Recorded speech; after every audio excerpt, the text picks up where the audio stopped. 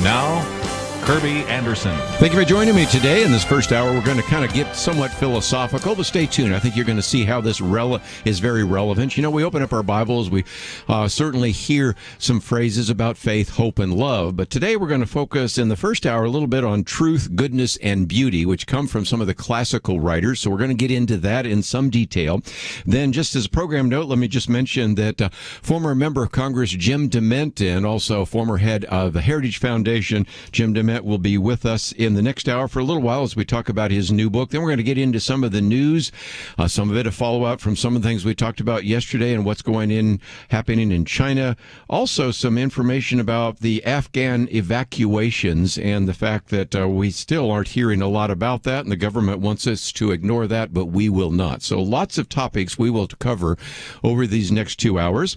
But first of all, I have in studio with me Steve Miller, who is our producer, and an individual, of course, has taught classical Christian education, and I know you were the person I wanted to have in studio with us today as we talked about truth, goodness, and beauty. Well, I'm happy to join you. Yeah, the background in classical education served me well, and so we're excited about the conversation. And again, if you have some young people, they might want to sit up and listen, or if later on they're in school, you might want to play this to them. But first of all, let's get to our guest, and that is Ken Samples. We've actually put some great material by him and others that are writing in a particular venue, which we'll talk about in just a minute, the Worldview Bulletin. But he is an individual that has been spending many years really talking about the reasonableness and the relevance of Christian truth claims, and is a senior research scholar at Reasons to Believe.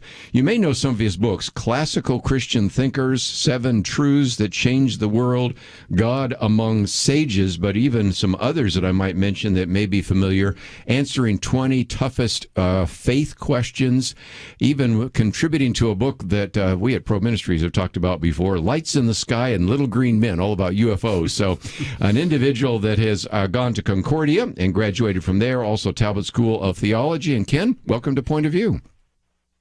Hey, it's really nice to be with you, Kerby, and Steve. I'm looking forward to our discussion. I am too. And again, if people are not familiar with Reasons to Believe, we've interviewed all sorts of your colleagues. We'll talk more about that in just a minute. We have a link there as well.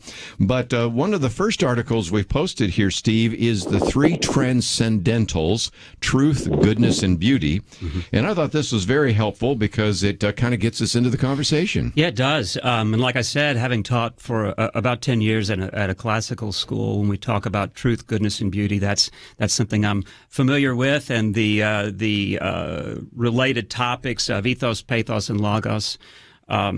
And Ken, I think it would be good maybe to lay some of the groundwork here. We talk about truth, goodness, beauty, and you note, as we said, that these are referred to as the 3 Transcendentals, which was, I guess, maybe a medieval terminology, but it has its roots further back. So talk about what it means to say that something is transcendental and have this as a basis of our discussion. Yeah, I think it's so appropriate, and I appreciate the alternative schools that rather than teaching race, gender, and class, are teaching truth, goodness, and beauty. I think that's a great thing. Well, if you think about transcendental, a transcendental, of course, is something that is beyond our time-space world. It is beyond our ability to kind of observe with our senses. And this goes all the way back to the classical world. Christian thinkers like St. Augustine, Anselm, Thomas Aquinas, they viewed some of the classic writers and authors as having a connection. All people are made in the image of God. The classical Greeks, they had general revelation.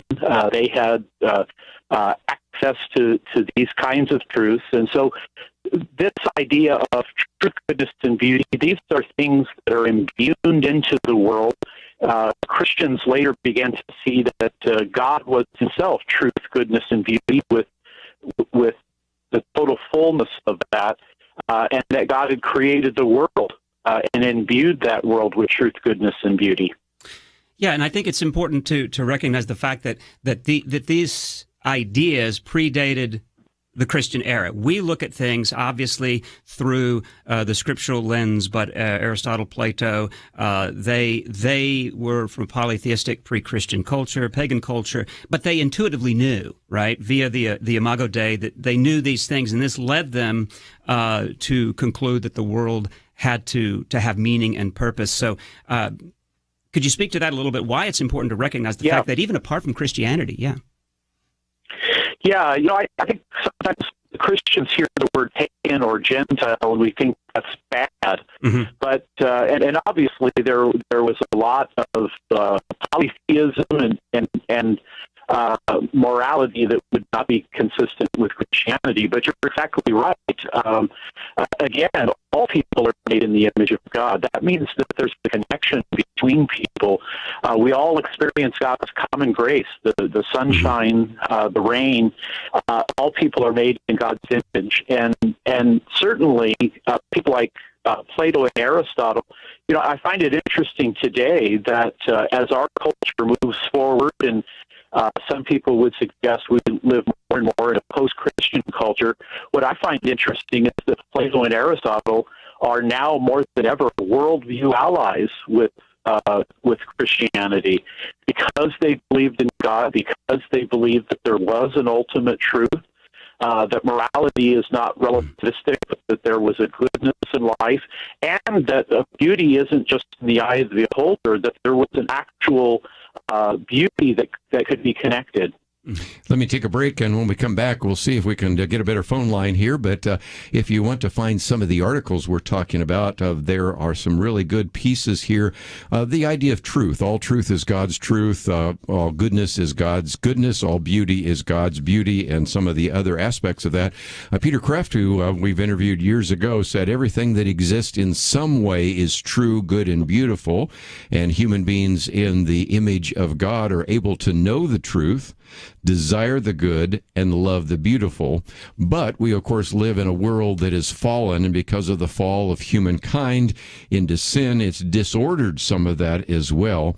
And so even though we look forward to a day, as we've talked about before, even yesterday with Lee Strobel, a new heaven and a new earth, we can maybe find redemption in life, death, and resurrection of Jesus Christ, and really begin to think about these issues. These are important issues, and again, it's helpful to recognize that even before we had biblical revelation, at least through Jesus Christ, although some, of course, we had in the Old Testament, we had others that even as they were looking at the world could understand the importance of truth, the importance of having goodness, and the importance of beauty. So we'll get into some of the other aspects of that if we can. We'll see if we can improve that phone line, and when we come back, we'll continue our conversation. If you'd like to know a little bit more about Ken Samples, or if you'd like to read some of this material, it would be just a great teaching that you could use for your kids, maybe a good devotional, because we have sections on the truths, as well as each individual article on truth, goodness, and beauty. So a lot of great material, which we've posted on the website for you today, and you can use it to educate your children and grandchildren. And so we'll take a break and continue our conversation. Go to the website, pointofview.net, to find out more, and we'll be right back.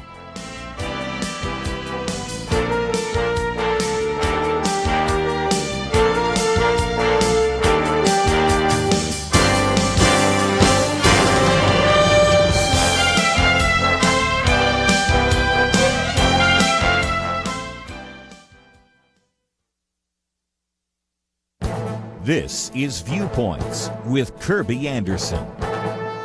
You know, many members of the millennial generation think they're special. At least that is the conclusion of a recent study of college students. One newspaper report on the study put it this way: if you ask a college freshman today who the greatest generation is, they might respond by pointing in a mirror. The study of college students documented young people's unprecedented level of self-infatuation. Psychologist Gene Twenge found that over the last 4 decades of research on college freshmen, there has been a dramatic rise in self-confidence. For example, they describe themselves as above average in academic ability and in their personal lives. The problem is that there is a stark disconnect between their opinions of themselves and their actual ability. She's found that students suffer from what she calls ambition inflation. As their ambition increases, it reaches levels of unrealistic expectations. She has also found in another study that there has been a 30% increase towards narcissism in students since 1979. The changing culture is part of the reason for this dramatic change. She explains our culture used to encourage modesty and humility and not bragging about yourself. If someone did that in the past, we called that person stuck up or conceited. Today, the culture often rewards such attitudes and behavior. I would also argue that social media encourages and accentuates this trend. Students posting pictures of themselves on Facebook and Instagram, uploading videos on YouTube, and leaving numerous comments on Twitter receive positive feedback for such behavior. These technologies provide additional vehicles to feed their narcissism. These studies remind us that this generation needs guidance from pastors and parents so that they can apply biblical principles of success, humility, and self-image. I'm Kerby Anderson, and that's my point of view. Go deeper on topics like you just heard by visiting pointofview.net. That's pointofview.net.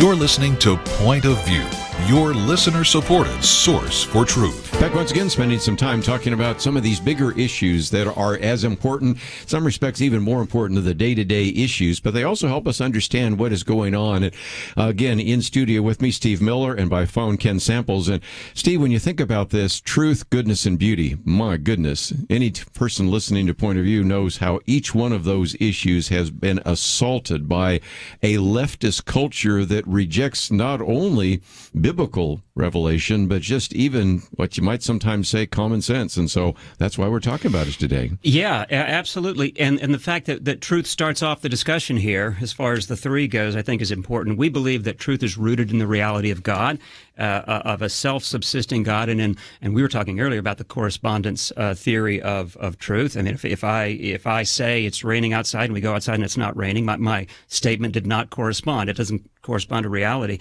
So we have to have some objectivity to it. And Ken, if you could talk a little bit about why that's important as Christians and beyond that for humans. I mean, to deal with truth objectively and for us to understand that it is rooted in the reality of God. Yeah, I completely agree. I mean, if you think of postmodernism, if you think of classical philosophy that has tried to find truth somewhere other than in God, maybe in science, maybe in the human individual. But now, of course, we live in a world where people say there really isn't any truth, so all you can do is engage in power plays. Christianity is fundamentally different in the view that truth is a reality. The truth is found in God. God is the ultimate truth. Second person of the Trinity, Jesus Christ, God and man, is truth incarnate. And I think that's part of our cultural problems, that people have a view of truth, that everybody has their own truth, or truth changes, whereas Christianity anchors it in God. And I don't think it can be anchored anywhere else. When it is, we lose that idea of correspondence, that if my idea aligns or corresponds to reality, I have the truth. That can't be found in Nietzsche. It can't be found in many of the postmodern thinkers of the modern world. And, of course, in our culture today and in education today, people question whether you can have ultimate truth. And there, I think one of the things we've seen, Steve and Ken, is that a lot of young people today sort of buy into what you might call postmodernism. It's a big word for just basically saying, well, you have your view of truth and I have my view of truth and somebody else has a different view of truth.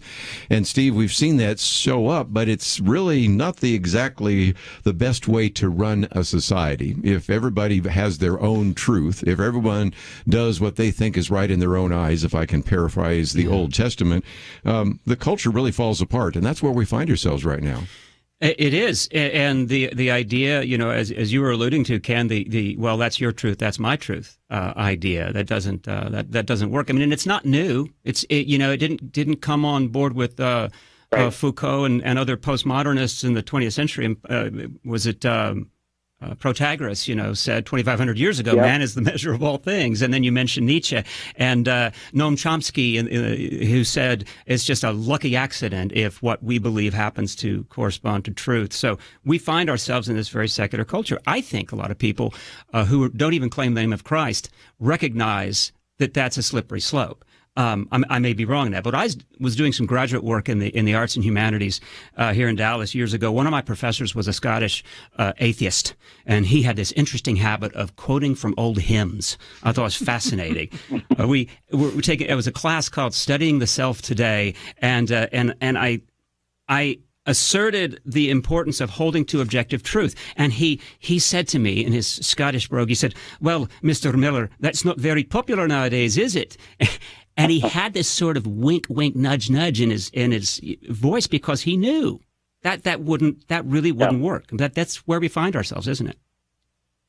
It certainly is, and I like your point, and that is that postmodernism is new, but it's not new. In a pre-modern world, truth, goodness, beauty would be grounded in God. In modernity, they tried to ground it in science or in human beings. I think in our world, they find no place to truly ground it, and therefore we're constantly facing subjectivity, not just in truth, but also in morality and in terms of beauty. And you're right; it is painfully difficult to teach or to have a society that is run in a just way. And I think many of the challenges that we face today with kind of woke ideology and race, gender, and class. I remember telling my father as a young man I wanted to study philosophy, and he asked, "Well, how much money does it pay?" And I said, "Well, Dad, it may not pay much money, but ideas rule the world." And I think that's exactly right. I think our churches and our society needs to wake up to the fact that ideas really matter. And again, as I've said before, and I'm borrowing this from John Stonestreet, ideas have consequences and bad ideas have victims. And that's something to recognize as well, because a culture that says there is no truth, I don't want to be in a court of law with a jury that doesn't believe in truth. I don't even want to drive down the freeway with a group that actually don't believe in truth. And so there are real consequences, aren't there, Ken, to heading in the wrong direction and actually denying this idea of truth? Absolutely. I mean, you hear people say things like, "Well, there is no truth." Well, I guess there is a truth, at least one truth, that there's no truth. I mean, there's a lot of confusion, but Kerby, I appreciate your comment because, our judicial system is built on the idea of truth, whole truth, and nothing but the truth. I mean, would I want to have a jury judging me or my family or my friends who didn't have a basis for an objective understanding of truth? So I think our culture is in trouble. I'm hoping enough Christians, however, will, be able to. I'm actually hoping people like Steve and others will educate the whole generation of young people to think carefully about these transcendentals. Well, I appreciate that, Ken. That the fact is that we, that at some level, we don't even have to make an appeal to a God who has revealed himself to us in Scripture. At some level, isn't it true that we make an appeal to just simple logic? And I feel like sometimes logic has just been thrown out the window. I mean, if everything is a matter of preference and nothing is taken seriously, where do we go from there? Obviously, we do teach that there is a scriptural basis to this, but isn't it just counter to human reasoning? Absolutely. I mean, if I teach logic at Biola University, and I often talk about, the law of non-contradiction. Nothing can both be and not be at the same time and in the same way. A statement can't be both true and false at the same time and in the same respect. How different that is to Eastern mystical thinking, how different it is to, kind of postmodern subjectivism. The idea clearly is that God is truth. He created the world. In creating us, we have an awareness of those ideas that have come from his mind. And you're right. I think that there is a strong connection in being able to think through these issues and to be able to use the logic that we have and to reason toward both truth and goodness. Let's take a break, and when we come back, we'll get into some other issues. We've been talking about truth. Now we'll get into goodness and beauty.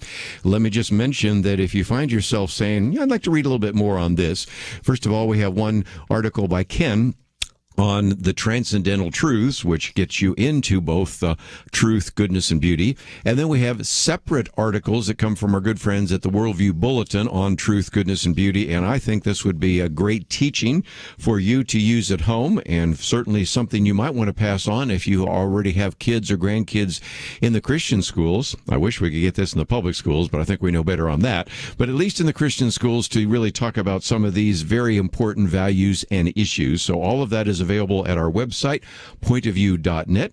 Let me just mention that as you go to Point of View, we also have our Take Action item. I mentioned it yesterday. Many of you have responded, but if you heard it and didn't respond, you have an opportunity today. We'll talk more about it a little bit later when we have Jim DeMint, former member of the United States Senate, talking about this, but it has to do with the opportunity for you to contact your actually in this case, your one member of Congress and House of Representatives, although we will have an opportunity for you in the future to contact both senators, but this is an opportunity to contact those in the House of Representatives about the Build Back Better Act, and it is a boondoggle that would add an additional $3.5 trillion to an already bloated budget, and there's a lot of toxic ideas that next hour when we have Jim DeMint on, we'll talk about those briefly, but if you have not had a chance to respond, we give you that homework assignment, and simply go to the website, pointofview.net, click on the button that says Take Action, or respond to the email we sent out yesterday.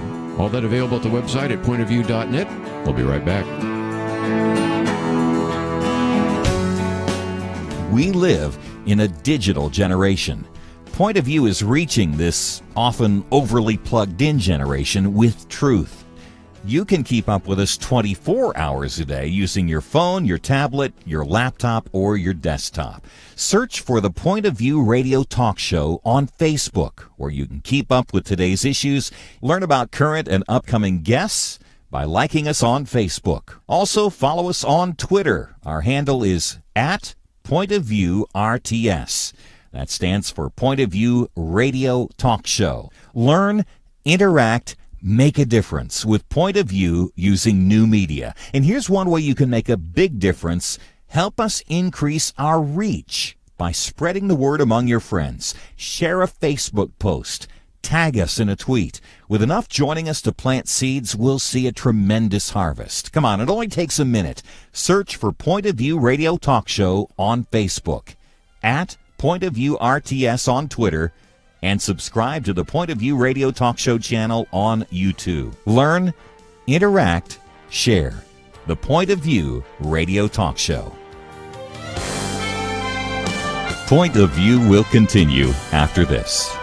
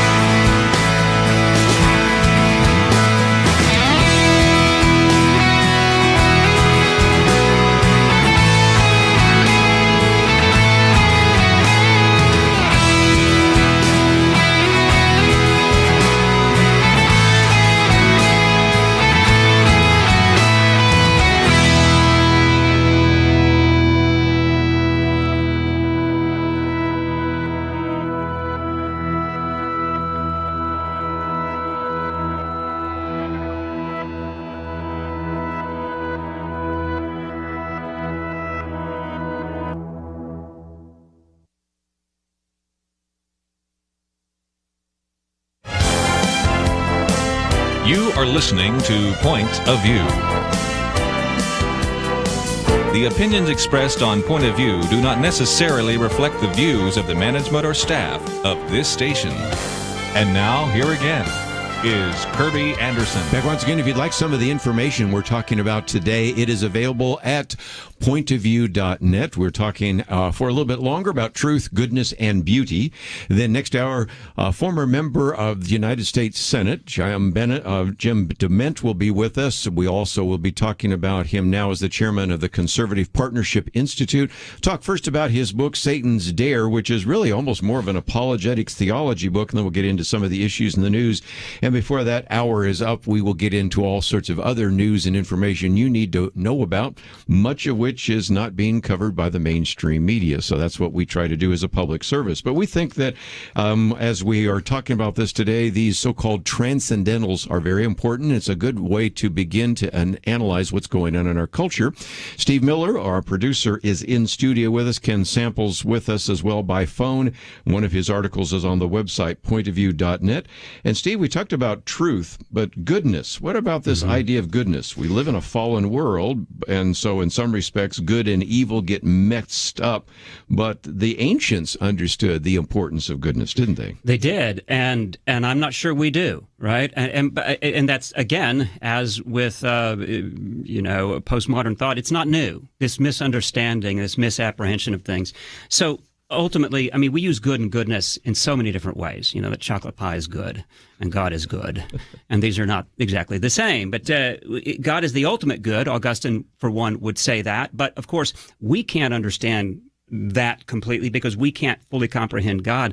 So, Ken, I'm going to throw this to you. What exactly, it's a broad question, what is the nature of goodness?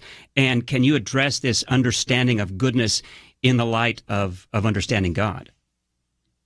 Yeah, it's a great question. And certainly when you look through the history of ideas, I mean, you know, in a Hebrew context, when they talked about goodness, it was in the light of reverencing God, who is the ultimate goodness, that goodness flows from God's very nature. He is a holy being, a just being, righteous being, a good being, benevolent in all of his ways. But Greeks tended to, again, they didn't have much view of sin. And so in many ways, Greeks and Christians have common ground, but there's also different ideas. Steve, what I see today is that a lot of people think, well, I don't know that I can know what's ultimately good, and good may differ from person to person. But a lot of times people think about what's good in terms of what's practical. Does it work for me? How do I benefit from that type of thing? But when we think, again, in an apologetic context, I mean, if there is evil in the world, there has to be goodness, because evil is a violation of that goodness. We seem to live in a moral universe. And therefore, just as truth is critical and is seen subjective in our culture, so goodness is kind of critically important, but again, seen in very subjective terms today. There are ways in which, you mentioned the practical understanding. I mean, there are ways in which goodness can be viewed that way, right? Sure. The functional understanding. If, for instance, we say, a good watch is one that keeps time. Okay, now it may not be the watch you choose, but it can't be considered good, fashionable as it might look, if it doesn't keep time.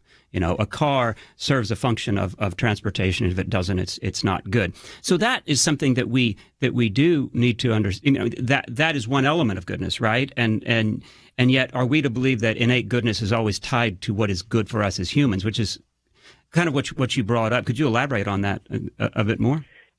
Yeah, and I think what's interesting here is we see truth and goodness tied to each other. That we value something as being good if it corresponds to reality. If it corresponds to reality, it has a nature of workability and those kinds of contexts.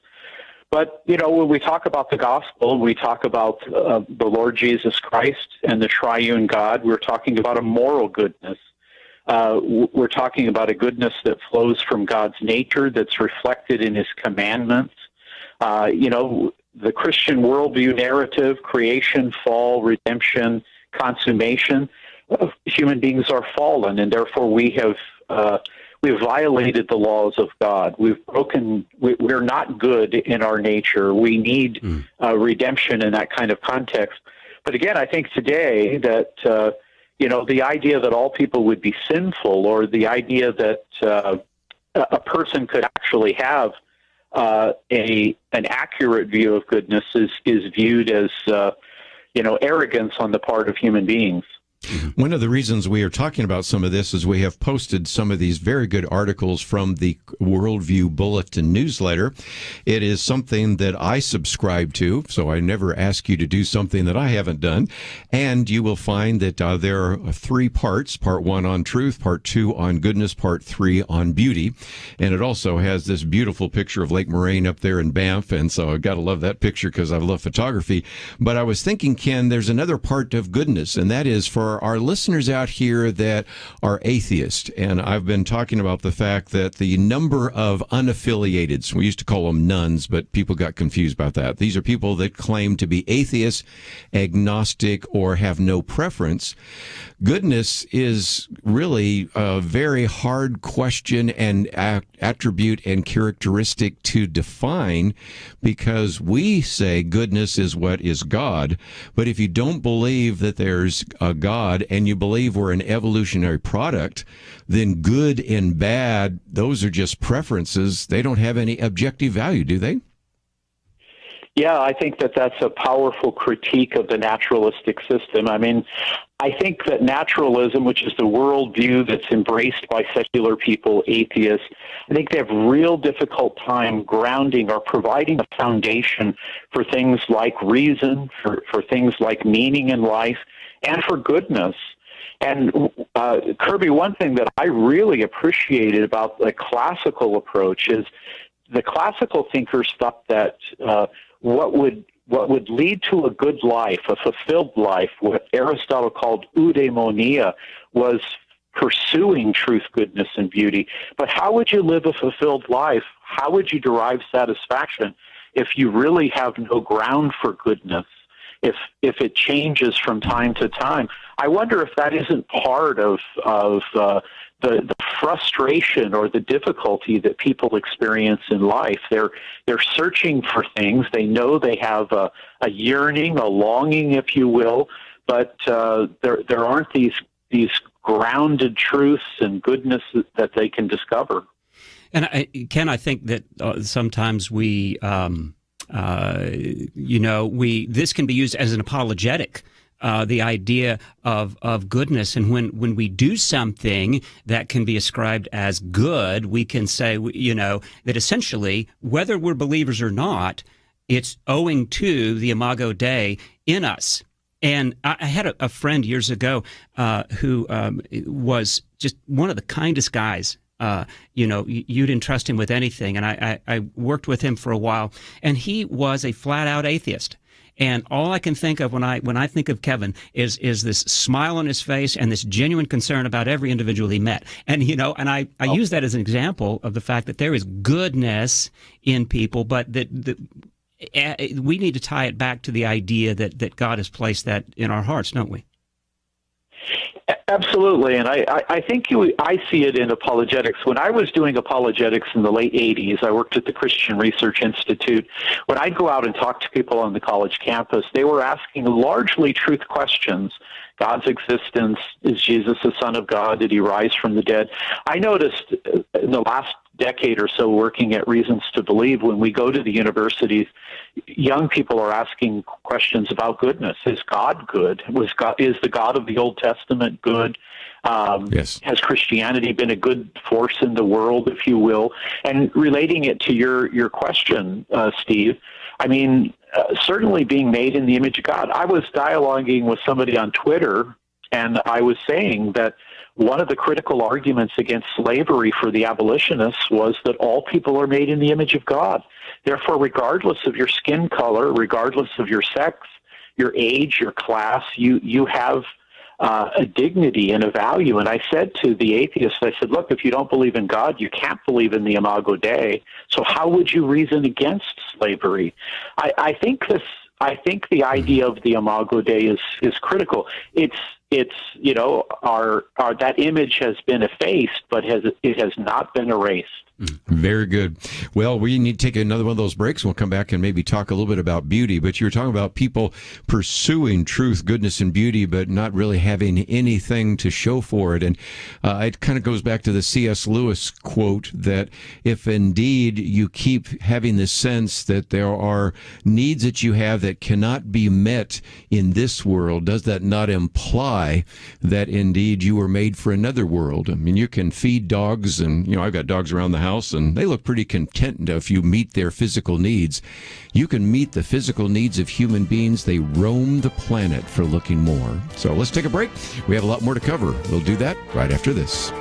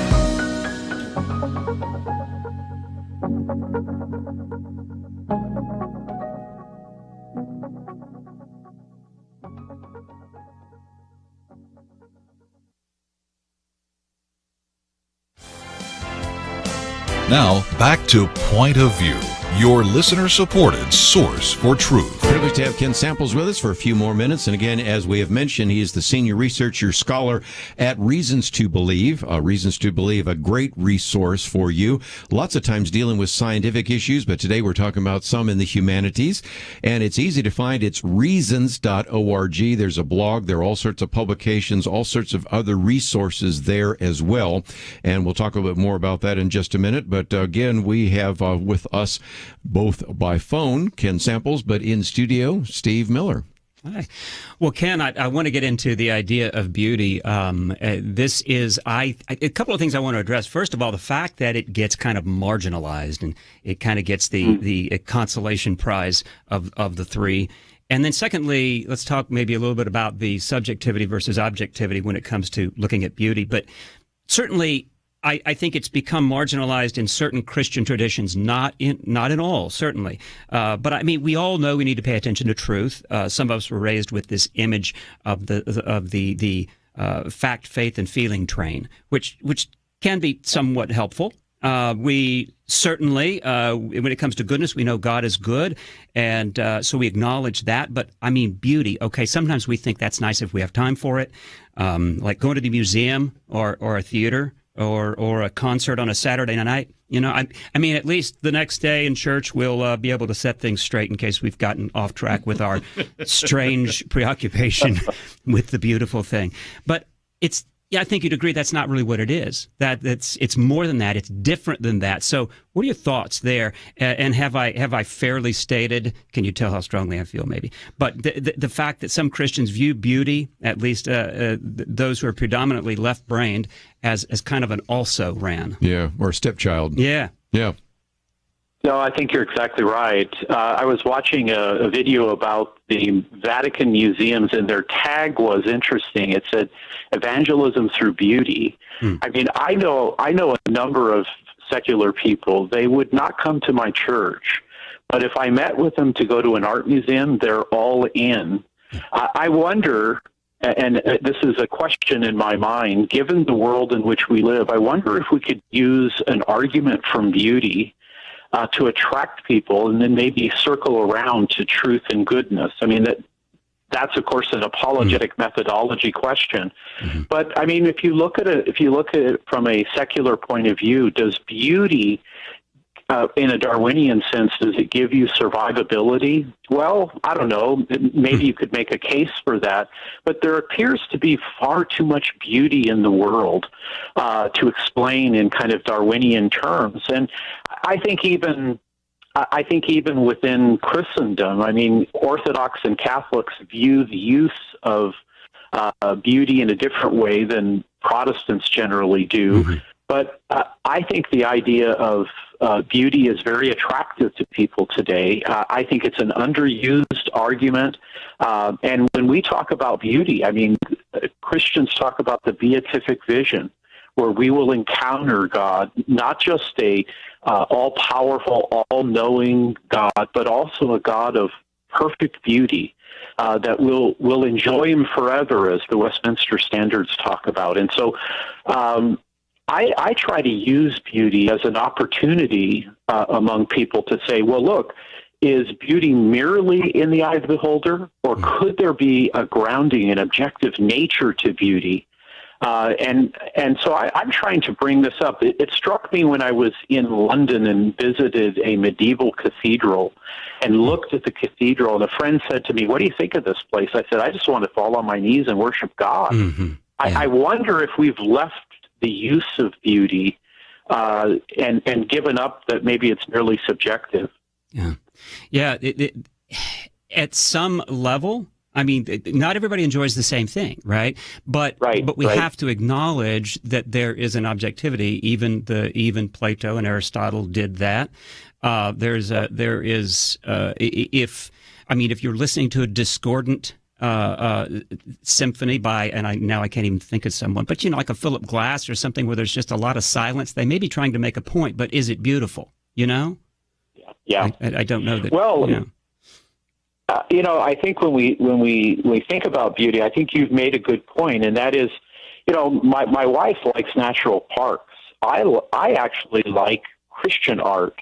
So we have, our taste can differ from person to person, but the idea that there is an actual reality of beauty, and again, I mean, my colleagues at RTD who are science math people, I mean, they talk about equations and their eyes kind of glow. It's this continuity, this simplicity of these types of things. I unfortunately think it has been, we haven't thought enough about it. I think maybe, the medieval thinkers thought more deeply about beauty than maybe we do. Yeah. Well, and again, for those that maybe are thinking, well, where does beauty fit within the Bible? If you've ever seen Francis Schaeffer's booklet on art and beauty, he reminds us of the number of things that were in the tabernacle, later in the temple, that had nothing to do with structural integrity, but had to do with beauty. Mm-hmm. And so beauty, as I think Ken's pointed out, might just be another kind of evangelistic or apologetic resource that we have not used so much here in the Protestant churches. Yeah, and another thing that Schaeffer brings up in that booklet is the fact that there were things represented in the temple that did not correlate to something in nature. The blue pomegranates. That's what I think of. That's the one I thought of. That wasn't real. So to have this idea that art, that Christian art or art that's godly has to correlate to something in nature, I think is probably not accurate either. I don't know what your thoughts are on that, Ken. Yeah, a lot of times when I think about these issues, I think we again kind of confuse because we have different tastes. Mm-hmm. But it seems to me there has to be something in the background of that. There has to be an objective basis, for it. And I like those medieval cathedrals because there were people maybe who couldn't read or write, but there was a way of conveying the beauty of God. That God was not just good and true, but he was also beautiful. And I think what's interesting about Schaeffer is that he attracted artists who were not necessarily Christian. Mm-hmm. That's a good example. Because he talked about these ideas. I thought that was very interesting. Well, we're just about out of time. And first of all, Ken, I want to thank you for writing this, and it is available. But Steve, I was just thinking, just before we say goodbye to Ken, that each one of these articles that we have there, including his kind of introductory article and then the 3 from the Worldview Bulletin newsletter, I'm just thinking that any parent or grandparent would want to pass some of this on to their kids. We've given them everything they need right there on pointofview.net. Yeah, absolutely. Click on those links and you'll find a lot of information. And it's not terribly heady reading there. It's very approachable. So it's good to know, because we had Kathy Cook in the other day talking about children learning different ways, right? Yeah, that's right. And some of them approach God through beauty. Ken, let me just mention again that we have a link to reasons.org. Most of the time we're talking with one of your colleagues. We're talking about intelligent design and arguments for the existence of God and questions about the origin of the universe, the origin of life. But I'm so thrilled that you're part of that organization. And if people want to know a little bit more, reasons.org. So thank you for joining us today here on Point of View. Oh, it's been my pleasure. You guys do good work. Keep it up. Thanks, Ken. And Steve, thank you for being on this side of the glass. Next hour, you're going to be on the other side of the glass. And we're going to be talking with former Senator Jim DeMint, who's now the chairman of the Conservative Partnership Institute. It's interesting because the first thing we're going to talk about is his new book, Satan's Dare, which is all about truth. Oh, what a concept. And then we'll get into a couple other issues that they're talking about there. So if you find yourself wanting to know a little bit more, you can go to the website, pointofview.net. Don't forget, we still have a take action item, and it's available for you, and we encourage you to click on that and take action. We'll be right back.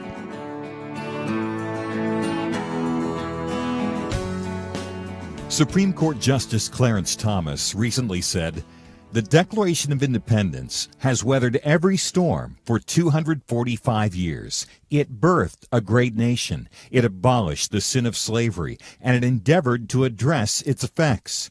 While we have failed the Declaration time and again, and the ideals of the Declaration time and again, I know of no time," said Thomas, "when the ideals have failed us." While some see our founding as fatally flawed and promote ideas that have failed every time they've been tried, at Point of View, like Justice Thomas, we still believe in America's ideals. And if you do too, make a difference today. Join the Truth Team as we promote the unchanging truth that gave us liberty and prosperity. Visit pointofview.net/team or call 1-800-347-5151. The original Americans responded to the call. Will you? Pointofview.net/team and 1-800-347-5151. Point of View will continue after this.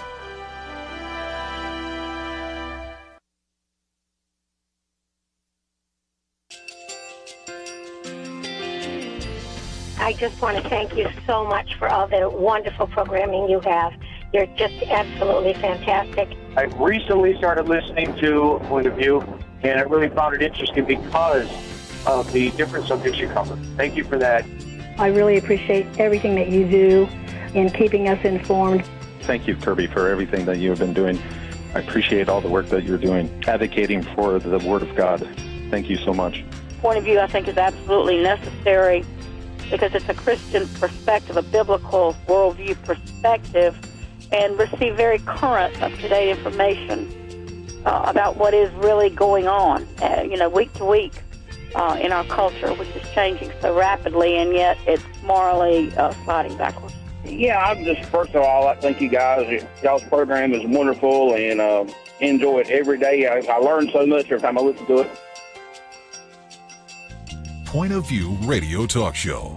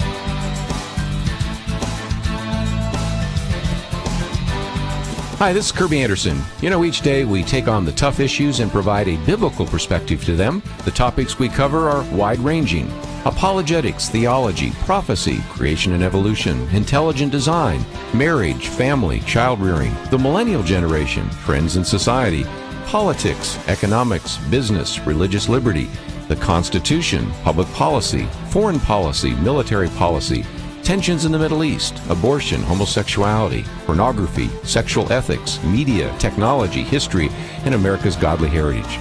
We talk about anything that affects your faith, your family, or your freedom. So don't go anywhere, because Point of View continues right now.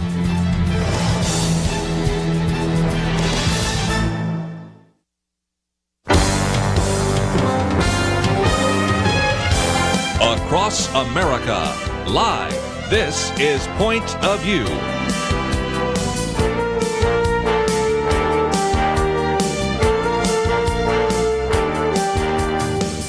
And now, Kerby Anderson. This hour we're going to spend some time, first of all, talking with our good friend Jim DeMint, and then afterwards we'll get into some of the issues in the news, revisit a few things we talked about yesterday in terms of China, the need for more evacuations in Afghanistan, what's going on there, a little bit more about some of the issues related to the virus, and of course what is happening in Congress right now. But Jim DeMint has been with us before in studios. Matter of fact, last time we had him along with Rachel Bovard talking about their book, but this one is going to be different, Satan's Dare.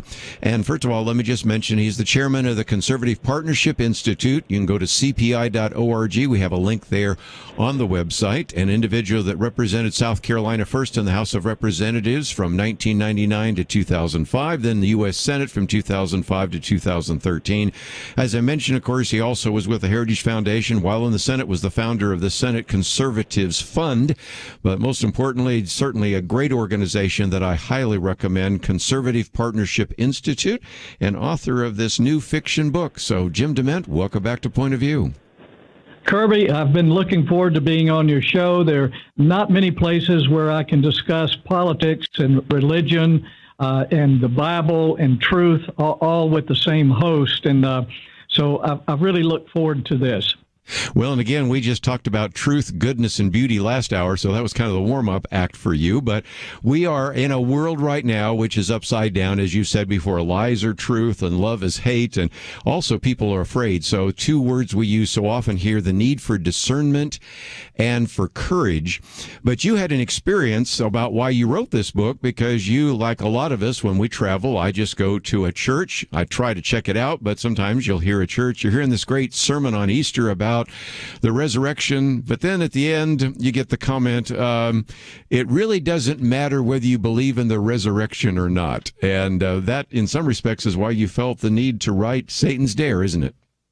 It is. That's part of it, because I feel like America is declining because the Christian church is declining, and that's because we've lost confidence in what we believe. We've lost confidence that the Bible is really true, or even that God created this earth. And what I heard in this sermon was actually, he said, it's not so important that the resurrection really happened.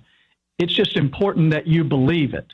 And it's kind of like the left talks today. It doesn't matter if it's true. As long as you believe it, it's true for you. It's your truth.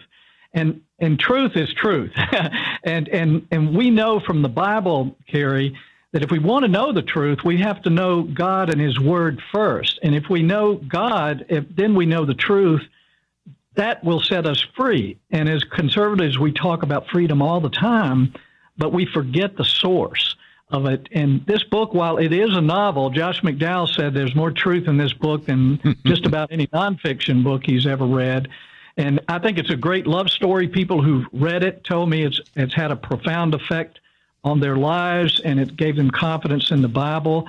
What it is two pastors who go through a terrible tragedy. One becomes the world's greatest atheist. Right. The other clings to his faith. And they end up in a debate, a science, which I know you know a lot about, and the Bible. And as it turns out, the science, statistics actually prove the Bible is true if you take the time to look at it. And that's one of the things we've talked about before. Another book that we've certainly encouraged people to read in addition to yours is The Return of the God Argument, or the God Hypothesis, in which, by the time the 19th century is coming to a close, you had Darwin, Marx, and Freud. Darwin tells us where the world came from, Marx tells us where the world is going, and Freud tells us who we are. And it kind of eliminated all three Christian aspects of that and the Christian answers. So the argument was, as we go into the 20th century, we don't need God anymore. But all of a sudden, all these new facts in history, whether it is the Big Bang, whether it's the fine-tuning of the universe, whether it's the specificity of the various chemical processes and all the things happening in the cell, illustrate that. So here you have this debate between, actually somebody, to be fair, was, still kind of struggling a little bit. We all have doubts. And this atheist, but you begin to realize that science, facts, common sense really begin to show that God exists, doesn't it? Yeah, the whole world is too complex to have happened by accident. I mean, that is common sense on its face, but it's statistically impossible if you look at all the things that had to happen, and not just for life, but for physical matter to exist. The complex organization of molecules and atoms. But I'm afraid Christians have kind of accepted this dual idea that, okay, in real life, evolution is true, but when I go to church, creation is true. We've got this kind of schizophrenia going, and in the book we call it Santa Claus God, because we want real bad for it to be true, but we know it's not. And a lot of times I think we're defining faith as trying real hard to believe something ain't true. But we need bold, confident Christians. You talk about courage. The courage is going to come from being confident in what you believe. And I think people who read Satan's Dare, and by the way, Kerry, the title was taken from the first chapter of Job, where Satan dares God to take away Job's blessing, saying that Job curse him. And I'm just making the theory in the book is that Job really represents all of us, because we all go through suffering and tragedy. And when we praise God in the middle of all of this, we prove Satan wrong and God right. And that's what we need. We don't need a majority, but we need a bold remnant that believes in God and is willing to stand up. And the connection to politics, Kerry, is, as you know, and you talk about a lot, this country was founded on Judeo-Christian ideas that came straight out of the Bible. And we've thrown the Bible not only out of schools, but out of public discourse. As Americans, we can't expect to keep this exceptional country if we've thrown away the foundation. So we need to begin to develop our own confidence and stand up. But I just hope folks will take the time. I really think they'll enjoy the story. They'll find themselves in the characters and the situations. And I think they'll come away with a lot of confidence in their faith. Well, and again, we'll take a break and come back and get into a little bit more, because what we're talking about is something we discussed a little bit last hour, and that is kind of this idea of the death of truth. But if you think about this, truth has been kind of this core foundation for not only Judeo-Christian values, but for the Constitution. How many times have we quoted from a founder, for example, that said that the Constitution was intended for a moral and religious people? It is incapable for any other. And if we certainly find ourselves today with individuals that say, well, I don't really believe in truth. First of all, is that a truth statement, of course? But more importantly, just the idea that truth, well, if you have your view of truth, I have a different view of truth. Well, that very quickly becomes anarchy, with everybody pursuing what they think is right in their own eyes. If I can paraphrase from the Bible, that is a disaster. So we're going to come back and talk about this and how that unfolds. Also, the Conservative Partnership Institute has been speaking out against things like critical race theory, and it's actually become kind of a big issue in the governor's race in Virginia. And so I do want to not only make a connection between some of the things in Satan's Dare, but what we see in our day-to-day world, because we sometimes think of truth in an abstract way, but the consequences are devastating. And as we said before, values have consequences, but bad ideas and values have victims. We'll continue our conversation with former Senator Jim DeMint right after this.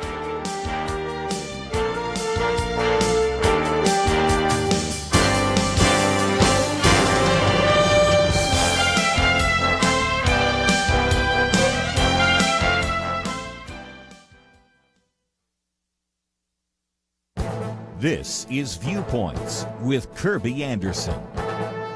You know, many members of the millennial generation think they're special. At least that is the conclusion of a recent study of college students. One newspaper report on the study put it this way: if you ask a college freshman today who the greatest generation is, they might respond by pointing in a mirror. The study of college students documented young people's unprecedented level of self-infatuation. Psychologist Gene Twenge found that over the last 4 decades of research on college freshmen, there has been a dramatic rise in self-confidence. For example, they describe themselves as above average in academic ability and in their personal lives. The problem is that there is a stark disconnect between their opinions of themselves and their actual ability. She's found that students suffer from what she calls ambition inflation. As their ambition increases, it reaches levels of unrealistic expectations. She has also found in another study that there has been a 30% increase towards narcissism in students since 1979. The changing culture is part of the reason for this dramatic change. She explains our culture used to encourage modesty and humility and not bragging about yourself. If someone did that in the past, we call that person stuck up or conceited. Today, the culture often rewards such attitudes and behavior. I would also argue that social media encourages and accentuates this trend. Students posting pictures of themselves on Facebook and Instagram, uploading videos on YouTube, and leaving numerous comments on Twitter receive positive feedback for such behavior. These technologies provide additional vehicles to feed their narcissism. These studies remind us that this generation needs guidance from pastors and parents so that they can apply biblical principles of success, humility, and self-image. I'm Kerby Anderson, and that's my point of view. Go deeper on topics like you just heard by visiting pointofview.net. That's pointofview.net.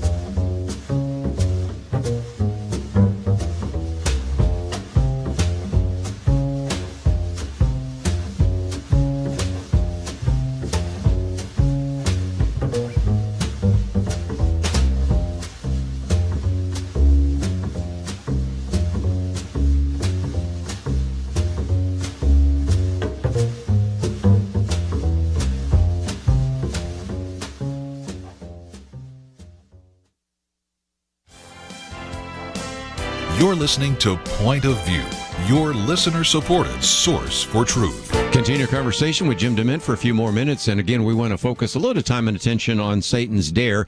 And then we're going to get into a couple of issues in the news that actually spring from that. But again, if you're not familiar with the book, we have information about it on our website. It came out in May, so you should be able to find it in your local bookstore, but we have got a way in which you can order it if you would like.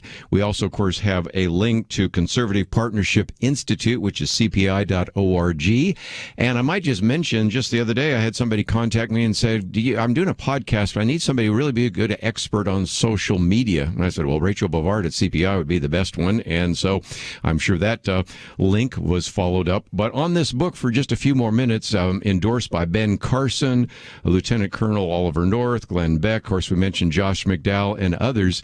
This is, I think, a book that could really be used to challenge a skeptic about whether or not there's truth. And to be fair, Jim, you have some characters that are really kind of asking some pretty tough questions about why there's evil, pain, and suffering, you know, all sorts of other kind of, if you will, some of the classic apologetics questions. So it really kind of gets into the rough and tumble of what we talk about so often here on Point of View. Well, it does. And I believe that Christians need to ask more questions because, as Josh McDowell has said, your heart can't rejoice in what your mind doesn't accept. And faith is being sure of what you hope for and certain of what you cannot see, right out of Hebrews. So this idea of this kind of vague idea whether God is real or the Bible is true, that is not sufficient today when we're being challenged by everything we believe. So we need to ask the questions, the hard questions, like if God's in charge, why is there so much evil in the world? And that's part of the book, is just exploring the theories. And it really comes from the title. You know, one of the reasons may be, just as in Job, that as we live through this life and lots of pain and suffering and death, and we still praise God, we prove God right, and we defeat Satan. And that's, again, the characters are arguing about the real meaning of life, why we have to go through this. But these are common sense questions to anyone who's seeking answers. And what I found in writing this, and I've been working on it over 10 years, is that while they're not definite answers to every question, because you can look at things a little different way, the process of searching and asking is so confirming to your faith, and you come away with the basics that you know are true, that God is real. He created this world. The Bible's true. Jesus came for a reason, to save us and take us to the next life. And these things are pretty clear no matter how you interpret different aspects of the Bible. You know, you think about the fact that we obviously want you to know how to articulate a biblical worldview, but we also want you to know how to defend a biblical worldview. And even yesterday, we had Lee Strobel on talking about the case for heaven. A couple of weeks ago, we, of course, had J. Warner Wallace on talking about a person of interest, which is, of course, about the person of interest, Jesus Christ. And one of the things you just mentioned sort of in passing, when we've had William Lane Craig on here also doing apologetics, he says, if you come to a question of doubt, and there are certainly characters in this book that have some doubt, the best thing you could do is do some investigation, and then when you find an answer, that will give you confidence.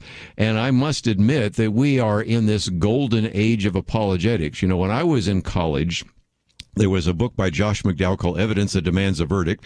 Then there was a book that came out by Norm Geisler. And that was about it. And now there are so many good books, so many good websites, so many good places to find answers, that I'm hoping this book that you have written will really challenge people that do have some questions or doubts to go beyond this book and to go to some of the websites, including apointofview.net and other places that we have already talked about even today on the program, like Reasons to Believe, Stand to Reason, of course, Josh McDowell's ministry and all the rest, because the answers are there, and you'll have much more confidence once you find that there are answers to your questions. You're exactly right. And it really opened my eyes just doing the research for the book over many years at how many online sources there are, how many great books have been written, and how much alignment there is between good science and biblical truth.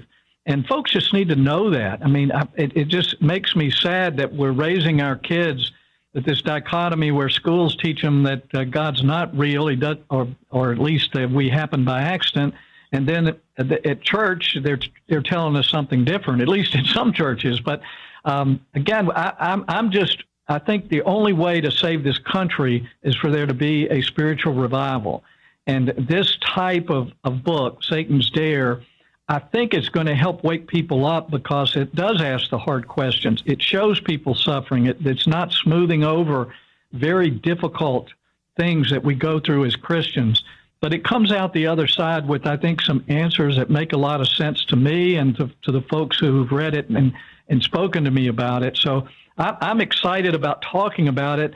I don't want to just talk about politics anymore, or Republicans versus Democrats, because I know that we're dealing with symptoms in Washington, symptoms of problems. The root cause is that we've lost the connection to biblical truth and Judeo-Christian values. You've written about the fact that Western civilization is in decline because the Christian church is in decline, and I agree with you. We can't expect non-Christians to act like Christians, but we can at least expect Christians to act like Christians, and sometimes that's the problem. And so if indeed the church is in decline, and if we aren't giving reasons to our belief, and we aren't really educating the next generation to recognize that we are really facing some very significant issues, then we are going to see this cultural decline.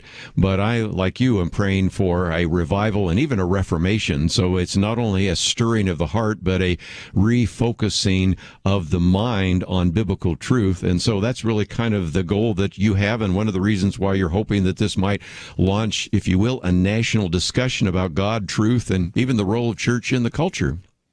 Exactly. I'm excited about it. And again, I'm discouraged about what's happening politically, what's happening in our culture across the country. But I know there's a remnant of believers who are searching and want to grow in their faith. And I think we just need to pray that God will just stir hearts of his people all around the country and the world, and that we have that reformation that you're talking about. But it's going to come from searching and asking questions, and not just kind of generally believing or think you believe, because even Satan believes in God. So we shouldn't fool ourselves into thinking that this vague belief in God is somehow going to save us or save our country.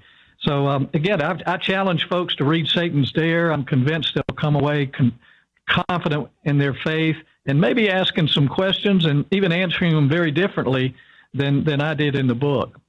Let's also, just before I let you go, talk about the fact that if they go to cpi.org, that stands for Conservative Partnership Institute, I get some of the various press releases. A while back, you posted one about the Senate rejecting critical race theory. That's, of course, a big issue right now in the governor's race in Virginia, which Loudoun County is kind of ground central, ground zero for some of these debates. So it's a good place as well where people can get some of the information, maybe some encouragement, because they want to contact their school board about some concerns that they've seen. They want to educate the church members and others. So what will they find when they land at cpi.org? Well, I'm glad you mentioned that, because mostly we just want folks to come to the website and give us their email so that we can give them updates every week on what's really going on behind the scenes here in Washington. What are the real issues, what's happening, and try to get at why it's happening and who's pushing the things, because I've never seen it like this, and I wouldn't have said it a few years ago, but the battle more than ever is good versus evil, and not necessarily that Republicans are all good. Certainly we've got some problems there too, but there's a real sense of some darkness, and we're not just arguing about political theory anymore. There is a real anti-American, anti-God sentiment here that's making inroads all across the country. Well, again, if you want to encourage your faith, Satan's Dare. If you want to know more about what's going on in the culture, cpi.org. And Jim DeMint, it's been great to have you part of the program today, and we look forward to the next opportunity. Thanks, Kerry. Thanks for what you do every day, getting the truth out to folks. It's really encouraging. Well, we're going to take a break, and when we come back, we have some things to cover. Jim DeMint, of course, with us, and couple of comments about China. Also, the fact that, I'll give partial credit. CNN actually has said, we've got still Americans stuck in Afghanistan, and nobody's talking about it. So, okay, we'll give partial credit for CNN to at least cover the story. Only partial credit because they didn't exactly put it on the front page. And some people are saying, do you not understand? We have people still in Afghanistan, and the press doesn't want to talk about it. Of course, the administration doesn't want to talk about it, but we will talk about it. And then we now recognize, apparently, that indeed the NIH was actually funding gain-of-function research at the Wuhan Institute of Virology. Oh, push me over. I would never have guessed that. And we also, of course, have a very good article that we mentioned yesterday but have posted here by Charles Cook on Biden in Wonderland. So we've got a couple things to cover, and we will do that right after these important messages.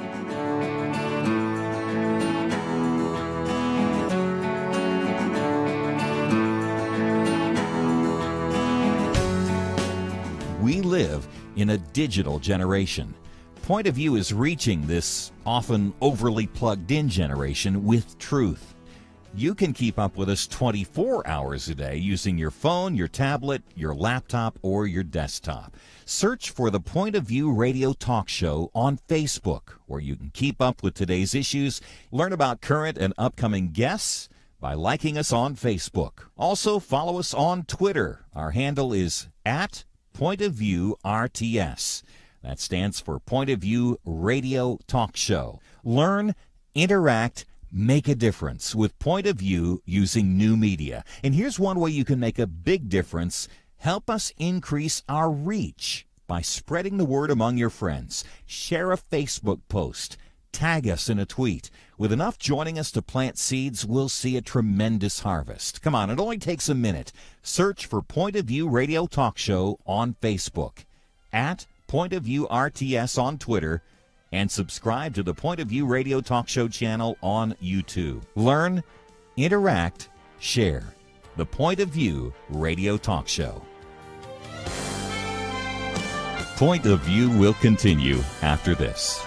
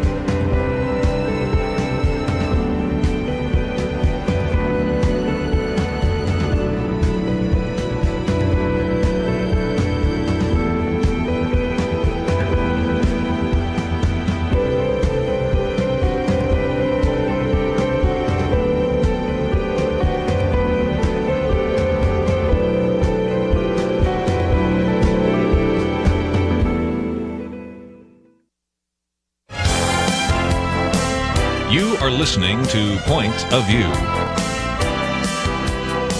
The opinions expressed on Point of View do not necessarily reflect the views of the management or staff of this station. And now, here again is Kerby Anderson. Final half hour. If you'd like to join the conversation today, 1-800-351-1212. Or you might just want to sit back and listen. Might want to sit back and take some notes, because I'm going to cover quite a bit in this last half hour.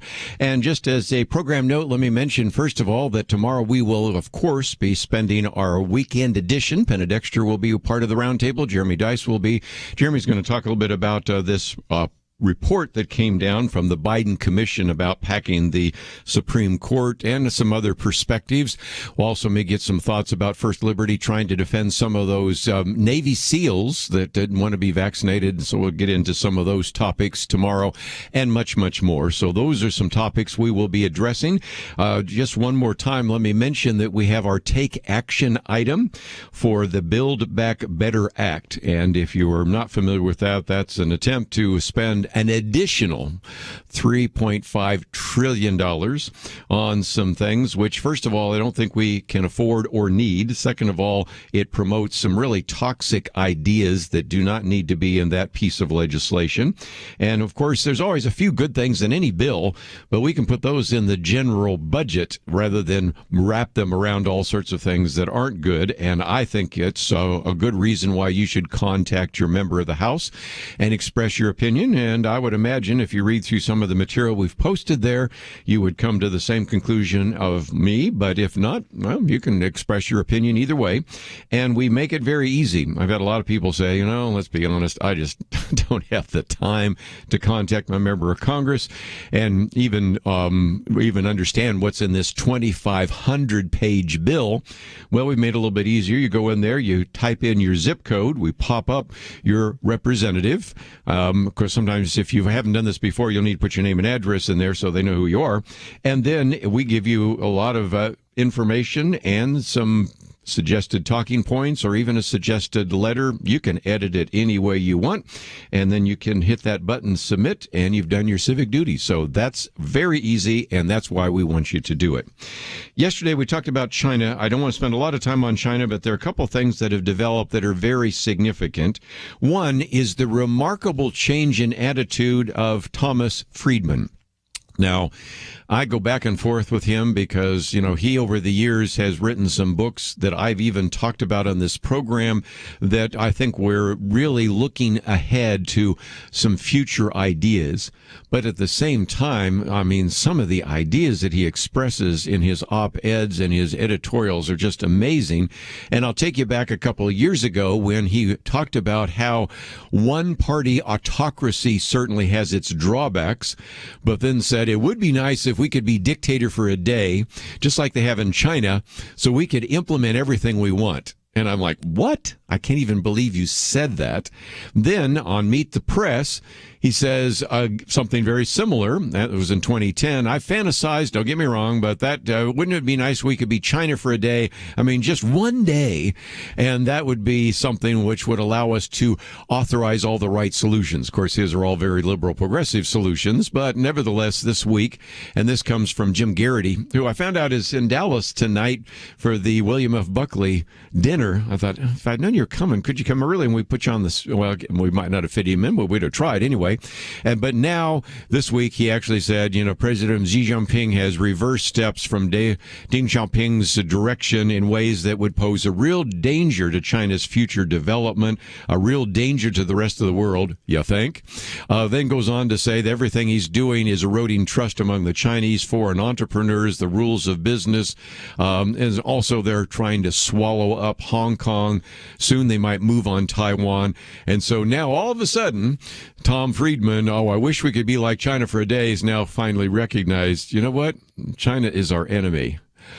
Glad he found it, glad that sometimes people flip-flop. I'm glad he flipped to the right side, but it took years, and it is amazing to me, and in light of all the things we talked about yesterday, it's hard to believe that it took that long. But while we're talking about China, I think we now have evidence that indeed the gain of function research that, of course, we were told by Anthony Fauci wasn't being done, it was. Because it turns out that there was a letter that was actually sent, which was requested from the Republicans. And in this letter, basically, the NIH, National Institute for Health, actually admitted, they don't use the phrase gain of function research, but basically that's what they said. We actually funded, are you ready for this? Bat coronaviruses in the Wuhan Institute for Virology, and that this was done through EcoHealth Alliance, a group we mentioned before, which is, of course, a nonprofit group. And in this letter to Republican representatives, and you can read the letter because don't trust me, check it out, look at the letter, to Republican Representative James Comer and Lawrence Tabak, cites limited experiments that were conducted to test if, are you ready? This is a direct quote, if spike proteins from naturally occurring bat coronaviruses circulating in China were capable of binding to the human ACE2 receptor in a mouse model, unquote. Now, again, I've got some graduate degrees in science, so let me break this down. In other words, can we take these spike proteins, which you find in coronaviruses, and can we now put them on receptors? And what they have done using recombinant DNA research, gene splicing, I won't use big words here, they've taken those receptors from humans and put them in mouse so that they don't do them on humans. This is a way you can do kind of human experimentation without doing it on humans. You with me on that? And so these laboratory mice were infected with this modified bat virus, and the mice became sicker than those infected with the unmodified bat virus. Do you need any more evidence? And I'm still thinking that we're going to see no evil, hear no evil, speak no evil. But nevertheless, I think this is an absolute vindication for Republican Senator Rand Paul. Remember when he got in this real heated back and forth with Dr. Anthony Fauci, who again is the highest paid member of the federal government and heads up the National Institute of Allergy and Infectious Diseases, and that back and forth back in May, and then again in July. So there were a couple of those, were all about the so-called gain of function research, and especially in the second hearing, that's the one in July, Senator Paul accused Anthony Fauci of misleading Congress by denying that the U.S. had funded gain-of-function projects at the Wuhan Institute for Virology. And again, if you're not understanding this, gain-of-function research means you extract viruses from animals, you artificially engineer them in a laboratory to make them more transmissible or more deadly to human beings.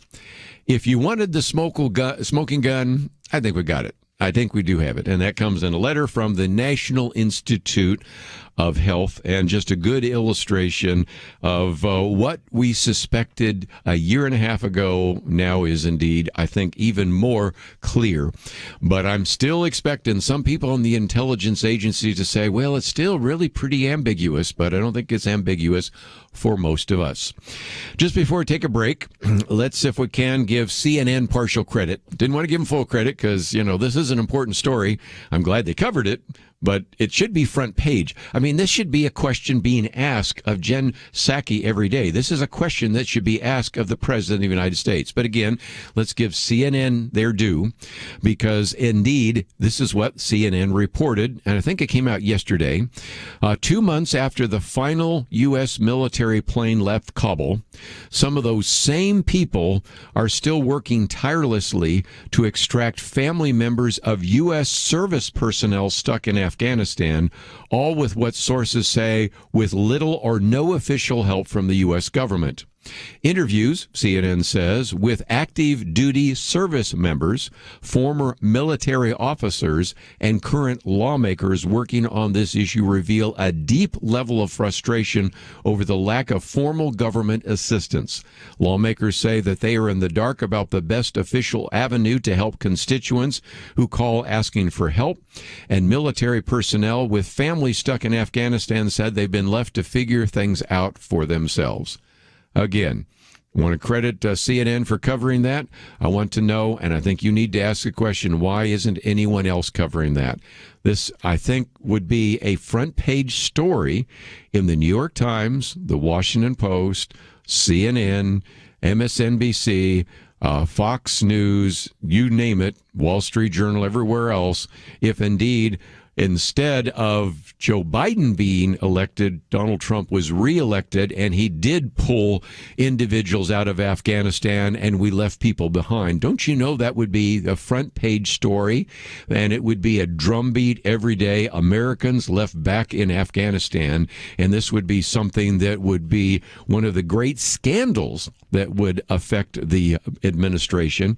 And yet it is amazing to me that not only does the press not cover this issue, but it's hard to find anybody in the press corps asking Jen Psaki or the president or anyone else about what's going on. Anyway, we've covered it, and let's give credit, CNN covered it too. We'll be right back.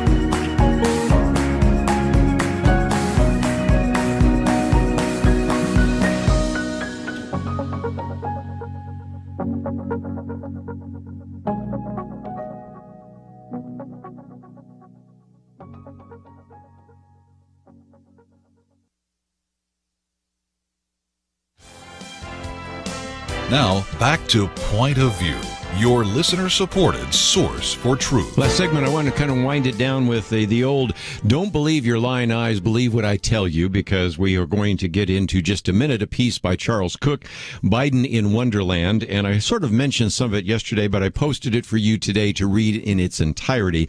But a good way to work our way into it is we keep being told by, for example, the Treasury Secretary Janet Yellen, there's really no inflation, or if there is, it's really transitory. I was just in California recently, and for my California listeners out there for just a minute, minute. Did you see this? The price of gas, and of course this is in the coast, but it's not too far from Big Sur. In Gorda, California, gas at the pump, $7.59 a gallon. $7.59 a gallon. By the way, if you want premium, it's $8.50. Those are the kind of numbers you expect to see in Europe, and that's, of course, in California. Now, I recognize that's maybe the outlier at the moment, but is that a preview of coming attractions? I mean, $7.50 a gallon for gas? I mean, obviously there are some issues involved, not the least of which is the California government and supply chain issues and on and on and on. But $7.50, almost $7. We're getting closer to $8 a gallon here, especially if you take the average between regular and premium. You can see that. Unless you think that's just a one-off. Well, let me take this article here, and I could give you lots of articles, but I just want to reaffirm what you already know to be true, and that is Procter & Gamble announced that many of its prices are going to rise. They expect that they're going to keep raising the price of some of the various goods that they produce simply because the cost of these raw materials are rising. And so you're talking about Tide and Gillette and Crest and all sorts of things. Procter & Gamble's chief financial officer said, "We do not anticipate any easing of the costs." So you're starting to see Procter & Gamble saying, just expect the price to go up almost every time you go into a grocery store. Next time you buy some toothpaste, it's going to be more expensive than it was before. Next time you buy some kind of laundry detergent, it's going to be higher. And if you think that, again, is just one company, well, we've got a list here. Let me just give you a short list. Coca-Cola has said the same thing. Pepsi has said the same thing. General Mills all have been warning the individuals that are buying their products that they see the cost going up on a sequential basis. By the way, what was so interesting about Procter & Gamble, which made it kind of newsworthy, is they said they're going to increase the prices week after week. Which, welcome to the world of inflation that those of us that are kind of old codgers remember in the 1970s. But here we go again, because, and this comes now from the Wall Street Journal, that if you just use the official figures, inflation has reached the highest level seen in a decade. But let me, as I've said before, illustrate the fact that the way they measure inflation oftentimes is through a CPI, Consumer Price Index, and the basket of goods they use today is very different than the basket of goods that was used, say, in the 1970s. There are other people that say 5%. Oh, no, it's probably closer to 10%. But, whatever it is higher than we've seen in some time.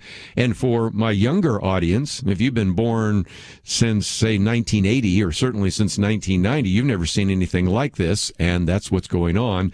And, of course, the cost comes in part from supply chain issues, so I'll admit that, maybe the lumber cost that went so high, some of that supply chain, but wheat, copper, oil, corn, wood pulp, all sorts of raw materials, they're just going up all the time.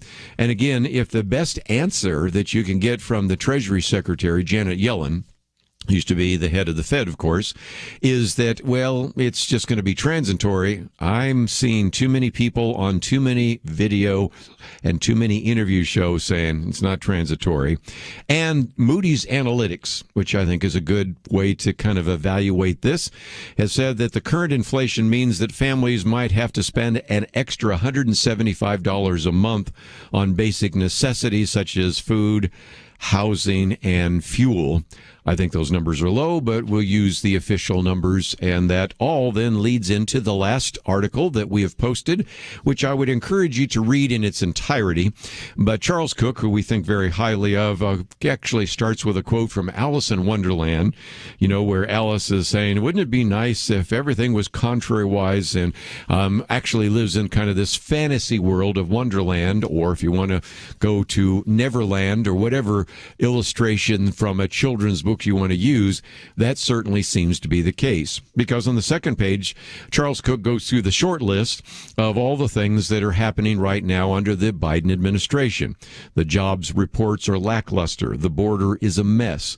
Gas prices are sky high. I just gave you one of those examples. Our supply chains are broken. Inflation, which is supposed to be transitory, looks more persistent every day. Americans stranded in Afghanistan. Well, I just talked about that a minute ago. China testing space nukes. Well, we talked about that yesterday. And, of course, COVID. And all of this where the answer to all of these questions is to spend more money at those times. And, again, he points out then the way in which this administration has tried to take some of the most negative news stories you can imagine, ones that certainly would probably be devastating to almost any other president. But right now, we've got sort of a compliant press going along with it. So instead of talking about this debacle and unfolding even to this day in Kabul, you have the president and his press secretary and others saying, no, this was the largest U.S. airlift in history. That might be true, but it kind of meets the test of whether or not you're actually ignoring the bigger story there. Of course, the whole question about what's happening at the border is all due, of course, to climate change. And, of course, then that's a way you can blame the previous president. If you dealt with climate change, we wouldn't have had about that. The hypersonic nuclear weapons. I wasn't aware of this until I saw a little clip last night of Jen Psaki in which she said, well, that's just because we believe in stiff competition between nations. These people are not serious. I mean, this is one of the most existential threats to us right now. And to simply say we believe in stiff competition between nations, that's the best answer you have? That's of concern, I think, to most of us. Of course, inflation, well, that's really not going to happen. Or it, as we were told by one individual in the Biden administration, well, it's a high-class problem. And it's really just, the fact that you can't get, and what was the one the other day? You can't get, the treadmills. And so Jen Psaki laughed about that. Of course, he had given a long list of refrigerators, washing machines, everything, what are called consumer durables. He made the mistake of putting a treadmill in there, so it gave her a chance to make fun of that idea.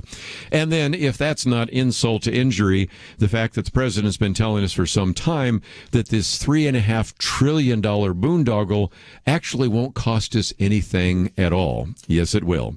And if you have not taken the time to go to the website today, let me, as we go off the air, encourage you to just go to pointofview.net. Won't take you more than a minute.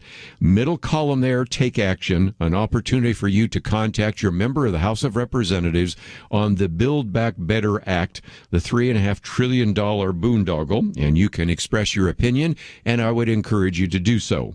Now, some of you might say, well, didn't I get an email from you? And we do send emails out to those of you that have been nice enough to give us an email so that you can have all of that, and we make it even easier for you. So whether you have a computer or whether you want to get it by email, that's the case.